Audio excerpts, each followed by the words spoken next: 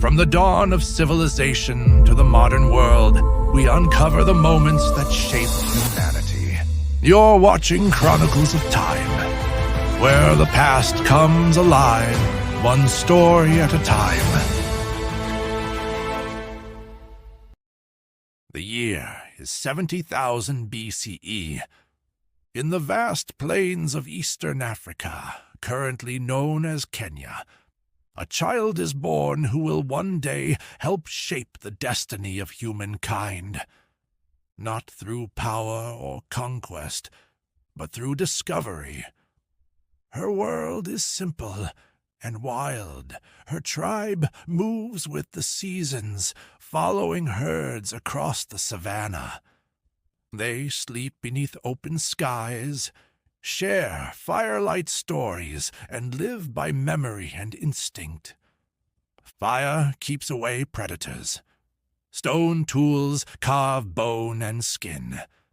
Survival depends on cooperation. Every hand, every voice, every spark of imagination. Each day is a balance between danger and discovery. When storms come, they seek shelter in caves, leaving behind paintings, ochre and charcoal scenes of hunts, of animals, of the spirits they believe watch over them. These are the first records of thought, the earliest hints that humans are beginning to understand themselves. As centuries pass, families migrate outward, north along the Nile, east into Arabia, across Asia, and eventually to Europe and beyond. They cross deserts and rivers, climb mountains, and face ice so thick it reshapes the world. Wherever they go, they adapt, crafting clothing from hides, shaping spears from bone and wood, and building shelters against the cold. They learn to make fire at will, to speak and plan, to pass knowledge from one generation to the next. Every innovation adds to a growing chain, a memory that binds the species together. Tools evolve. Spears become sharper. Bows extend the reach of a hunter's arm. And around campfires, stories become traditions.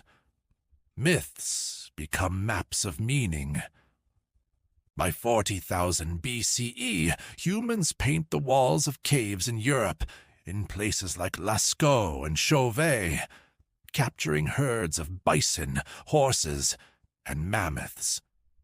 The art is not mere decoration. It is ritual, identity, and connection. Each brushstroke says, "We were here. We remember." Then the world begins to warm. The ice age retreats, glaciers melt, rivers swell, and fertile valleys emerge. Where the climate softens, plants grow thick and wild. People begin to notice that the seeds dropped near their camps sprout again when the rains return. Slowly, through trial and error, the greatest experiment in human history begins. Around 10,000 BCE, in several places at once, in the Fertile Crescent, in China, and in the valleys of the Indus, people stop wandering. They plant seeds deliberately, fence off small plots, and wait. When the harvest comes, they reap more than they can eat. For the first time, food can be stored, traded, and planned. The age of agriculture has begun. The rhythm of human life changes forever. With stable food, families grow. Villages appear, clusters of mud brick houses built near rivers that flood and renew the soil. In these early settlements like Jericho and Chatto, people make pottery to store grain and water. They build walls not for art, but for protection. Within those walls, trade, art, and religion begin to flourish. At Chatto, homes sit close together, entered through roofs instead of doors. Walls are painted with hunting scenes, and small clay figurines, perhaps symbols of fertility or the earth, are placed in hearths and shrines.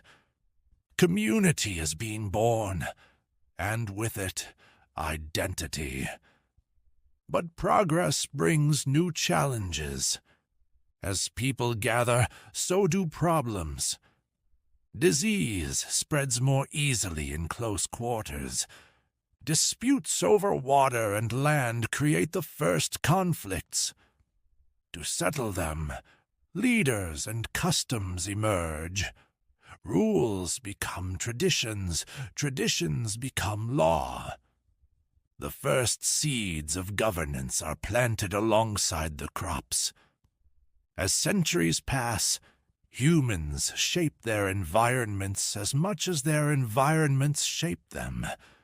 Forests are cleared, rivers are redirected, animals are domesticated.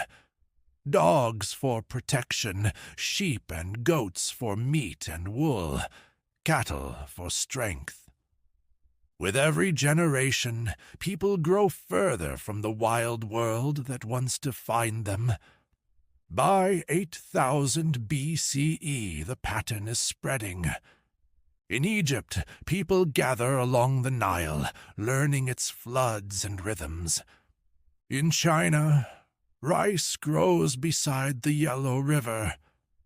In India's Indus Valley, trade networks begin to form. Civilization is no longer a spark. It's a fire spreading across the continents. And with growth comes specialization.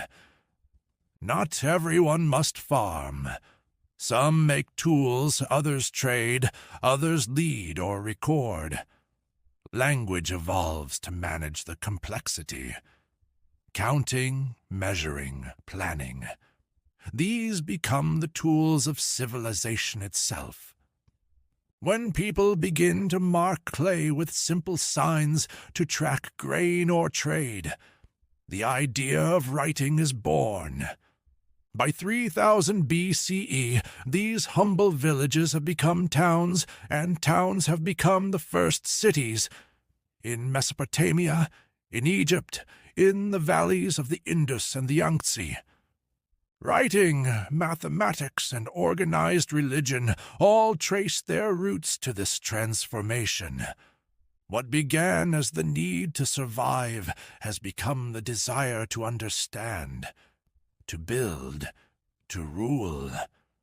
From scattered bands of foragers to the builders of monuments and the keepers of knowledge, humanity stands on the threshold of history. The world has changed, and so have we. We have learned to bend nature to our will, for better and for worse. The same curiosity that drove us from Africa now drives us to create the first civilizations. This is the moment where prehistory ends, and history begins. The dawn of civilization has arrived. Thanks for watching Chronicles of Time. If you enjoyed this journey into the past, don't forget to like, subscribe, and hit that notification bell for more stories that shaped our world.